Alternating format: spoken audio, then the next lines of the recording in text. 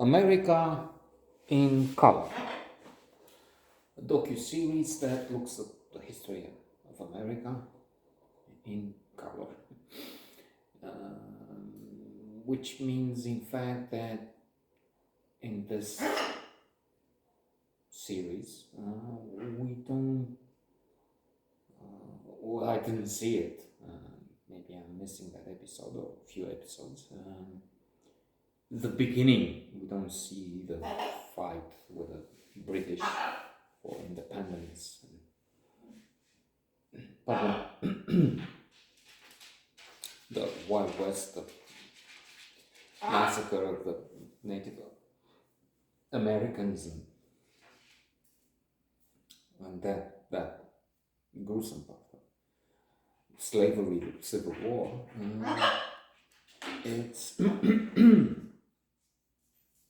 the beginning of the last century, the beginning of the 20th century that I know of in these episodes, which are instructive, termina informative.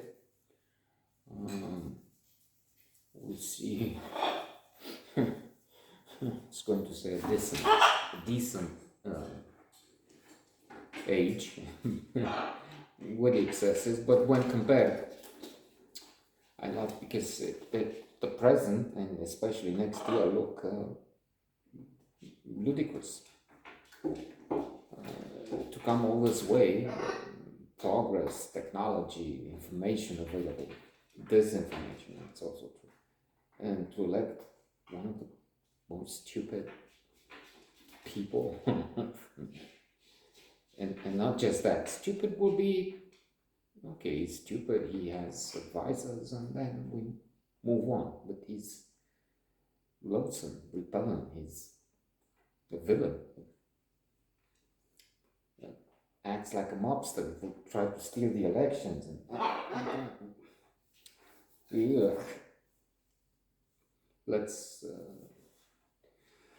take a few deep breaths and avoid vomiting.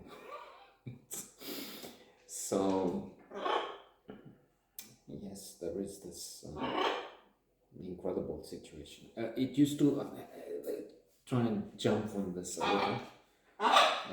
And let me mention a classic of psychology, Blink, The Power of Thinking Without Thinking, and the Harding effect.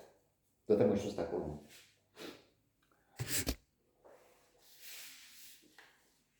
The thing slicing effect, this notion that we take decisions, form opinions in seconds. It could be traced back to the fight or flight, the fact that humans had for most of their history had to take very fast, very quick decisions. They had to think very fast.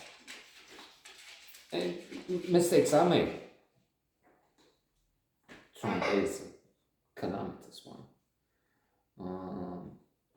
But Harding effect used to be considered. Malcolm Gladwell says maybe the worst president, one of the worst.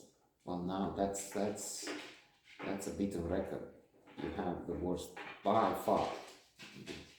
First indicted, first president or ex-president, first one to do so many things. Attack democracy, contest election.